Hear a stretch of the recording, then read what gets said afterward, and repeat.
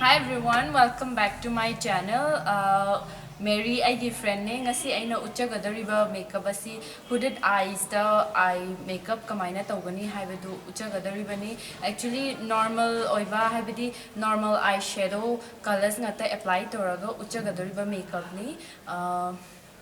Punna yengminarse. दा लसिंग मचेट अमा लौरगा cleanser drop अनि अहुम हापीरगा माई सिनबा थुंगना तैथोकपियु क्लींजर सिजनबगी कानाबदी माइदा लैरंबा फत्तबा डेड स्किन सेल्स लौथोकपदा नतना स्किन हेल्दी ओइहली स्किन हाइड्रेट तौई अमसुंग रिफ्रेश ओइ अनि सुबदा टोनर अहानबगी स्टेप का चप मानना कॉटन मचेट अमा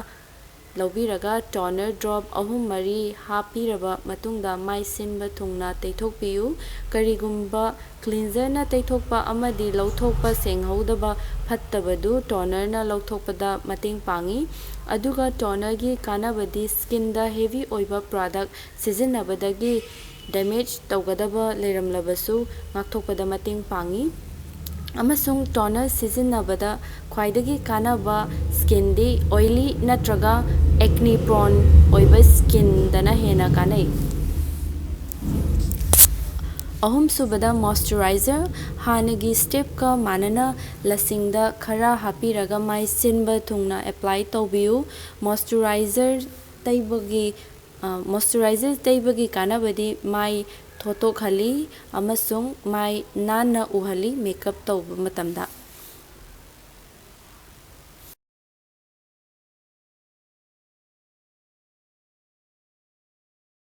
primer application tawba matamda mai simba thungna hana dot nambiraba matungda phajana khutna amuk blending tawbiu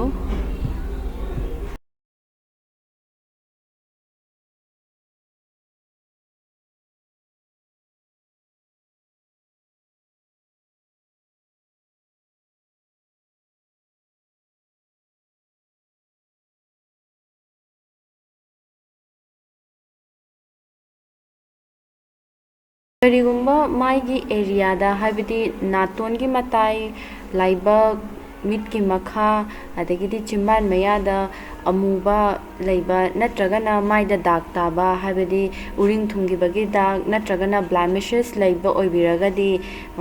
सिगी orange की कैरेक्टर से हाना खरा लौरगा यामना पारप ओइना लाइट ओइना सिनबा थुंगना तैबियु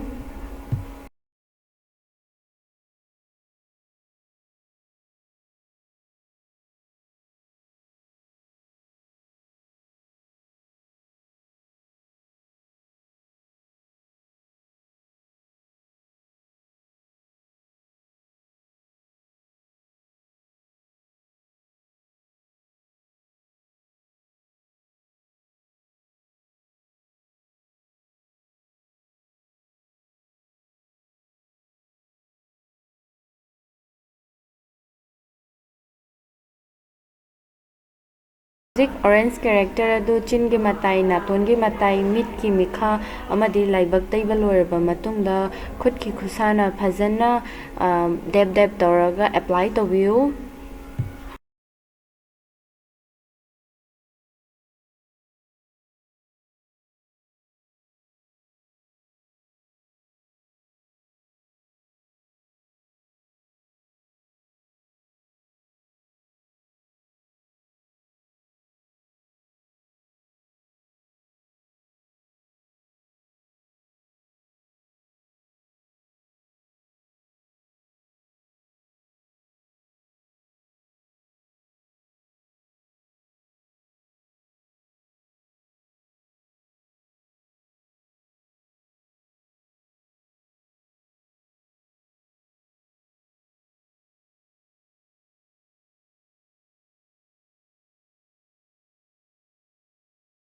ऑरेंज कैरेक्टर अप्लाई तौबा लोरबा मतुंगदा कंसील तौनबगीदमक्ता इसागी कुचुगा चप चानाबा फाउंडेशन अमा लौबिरगा माई सिनबा थुंगना कंसील तौबियु करिगुंबा इसागी चानाबा फाउंडेशन खंबा ngamdrabadi माइगी मताइदा खरा तैरगा येंबियु चप चानाबा मचु अदु तैबियु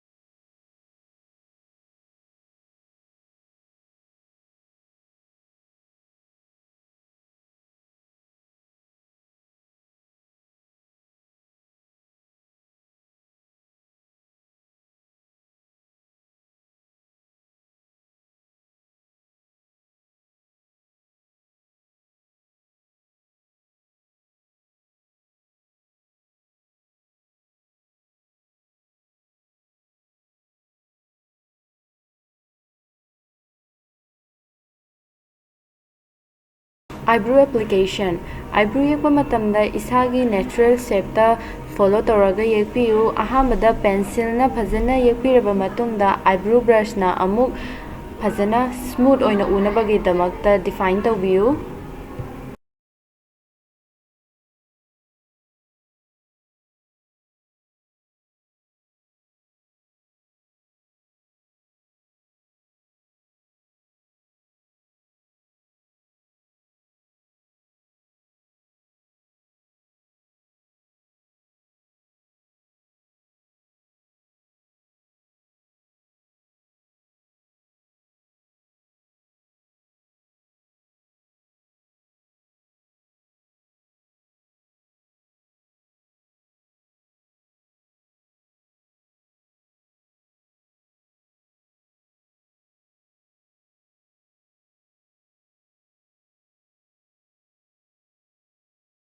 Eyeshadow application tawdringaida powder natragana yamna light oiba matte cream color gumba eyeshadow lauraga mithupta apply tawbiyu. Karigino haiba matamda ngasai conceal tawgibadu set oinabagi damakta powder natraga eyeshadow hana dab tawraga apply tawbiyu.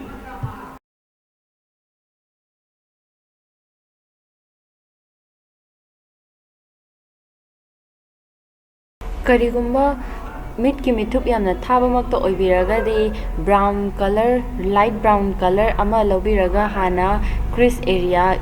yekpiyu.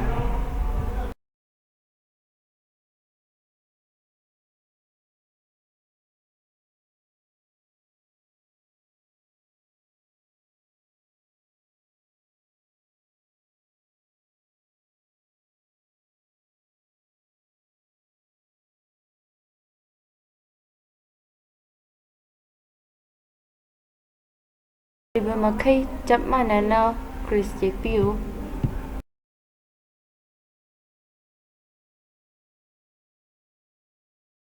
Anishubada dark blue color khara lobiraga mid ki matai thangbada brown natabida khitang yunglapna tawraga brush na phajana amuk blend tawbiyu.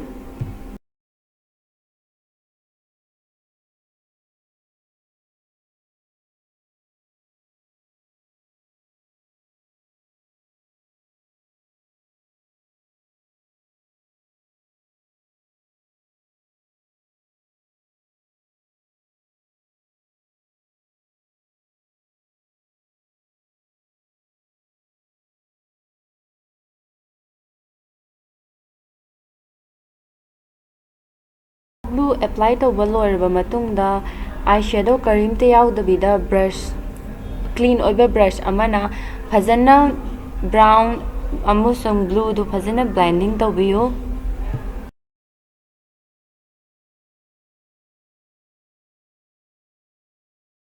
Blending phajana loiraba matungda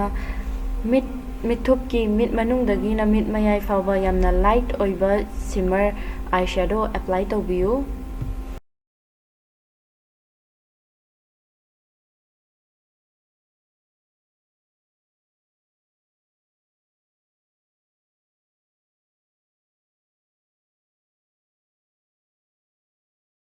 Application tawba matamda mid ki mikha gi water line da yamna parap tawna kajal apply tawbiyu.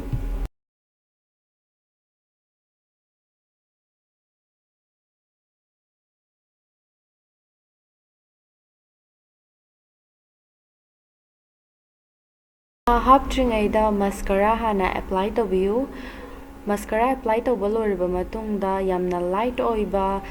heavy oidaba eyelashes hapiyu.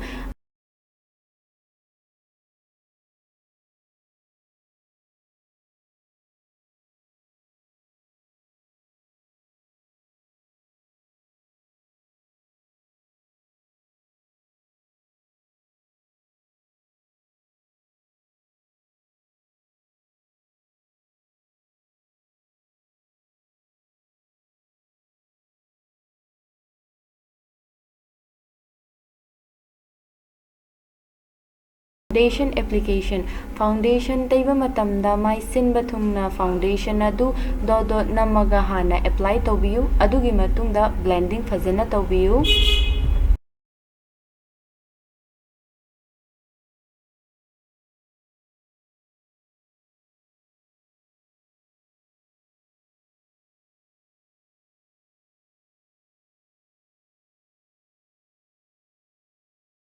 Foundation apply ꯇꯧꯕ ꯂꯣꯏꯔꯕ ꯃꯇꯨꯡꯗ ꯕꯐꯤꯡ ꯕ꯭ꯔꯁꯀꯤ ꯃꯇꯦꯡꯅ foundation ꯀꯔꯤꯝꯇ ꯌꯥꯎꯗꯅ circular ꯃꯣꯁꯟꯗ medium ꯄ꯭ꯔꯦꯁꯔꯗ ꯃꯥꯏ ꯁꯤꯟꯕ ꯊꯨꯡꯅ blending ꯇꯧꯕꯤꯌꯨ꯫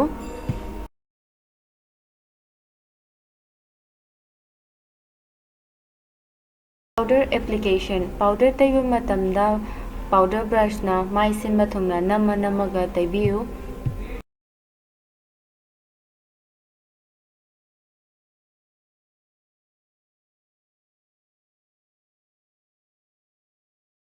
ꯍꯧꯖꯤꯛ ꯗꯥꯔꯛ ꯕ꯭ꯔꯥꯎꯟ ꯑꯣꯏꯕ ꯑꯥꯏ ꯁꯦꯗꯣ ꯀꯂꯔ ꯈꯔ ꯂꯧꯕꯤꯔꯒ ꯉꯁꯥꯏ ꯀꯥꯖꯜ ꯑꯦꯄ꯭ꯂꯥꯏ ꯇꯧꯈꯤꯕꯒꯤ ꯍꯦꯛ ꯃꯈꯥꯗ ꯊꯪꯅꯅ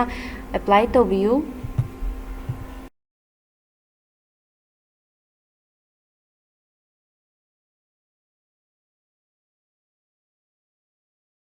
ꯀꯣꯟꯇꯣꯔꯤꯡ: ꯀꯣꯟꯇꯣꯔ ꯇꯧꯕ ꯃꯇꯝꯗ ꯐꯨꯜ ꯐꯦꯁ ꯀꯣꯟꯇꯣꯔ ꯇꯧꯗ ꯌꯥꯗꯦ ꯍꯥꯏꯕ ꯂꯩꯇꯦ꯫ ꯏꯁꯥꯒꯤ ꯃꯥꯏꯒꯤ ꯁꯦꯞꯀꯤ ꯃꯇꯨꯡ ꯏꯟꯅ ꯀꯣꯟꯇꯣꯔ ꯇꯧꯅꯤꯡꯕ ꯑꯦꯔꯤꯌꯥꯗꯇꯪ ꯀꯣꯟꯇꯣꯔ ꯇꯧꯕ ꯌꯥꯏ꯫ ꯍꯧꯖꯤꯛ ꯑꯩꯅ ꯀꯣꯟꯇꯣꯔ ꯇꯧꯖꯒꯗꯧꯔꯤꯕꯁꯤ ꯅꯥꯇꯣꯟꯅꯤ, ꯑꯗꯨꯒ ꯑꯩꯅ ꯁꯤꯖꯤꯟꯅꯖꯔꯤꯕ ꯀꯂꯔꯁꯤꯅ ꯗꯥꯔꯛ ꯕ꯭ꯔꯥꯎꯟ ꯀꯂꯔꯅꯤ꯫ ꯌꯥꯝꯅ ꯂꯥꯏꯠ ꯑꯣꯏꯅ ꯂꯧꯕꯤꯔꯒ ꯅꯥꯇꯣꯟꯒꯤ ꯃꯇꯥꯏ ꯑꯅꯤꯗ ꯈꯔ ꯍꯥꯟꯅ ꯑꯦꯄ꯭ꯂꯥꯏ ꯇꯧꯕꯤꯔꯕ ꯃꯇꯨꯡꯗ ꯈꯨꯠꯅ ꯑꯃꯨꯛ ꯐꯖꯅ ꯕ꯭ꯂꯦꯟꯗꯤꯡ ꯇꯧꯕꯤꯌꯨ꯫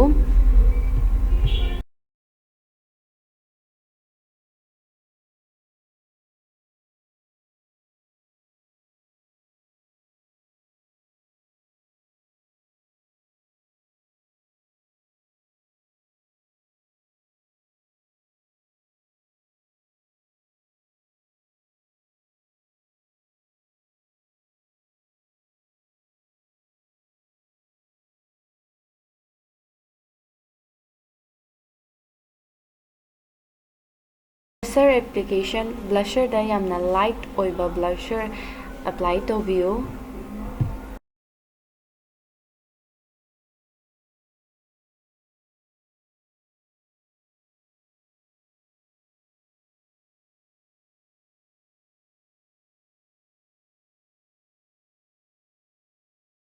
ꯑꯦꯄ꯭ꯂꯤꯀꯦꯁꯟ: ꯍꯥꯏꯂꯥꯏꯇꯔꯗ ꯑꯩꯅ ꯂꯧꯖꯔꯤꯕꯁꯤ ꯒꯣꯜꯗ ꯀꯂꯔ ꯄꯥꯎꯗꯔ ꯍꯥꯏꯂꯥꯏꯇꯔꯅꯤ꯫ ꯍꯥꯏꯂꯥꯏꯇꯔ ꯇꯧꯒꯗꯕ ꯑꯦꯔꯤꯌꯥꯅ ꯆꯥꯏꯔꯨꯡ, ꯅꯥꯇꯣꯟ ꯁꯨꯃꯥꯡ ꯑꯃꯁꯨꯡ ꯏꯅꯔ ꯀꯣꯔꯅꯔꯗꯅꯤ꯫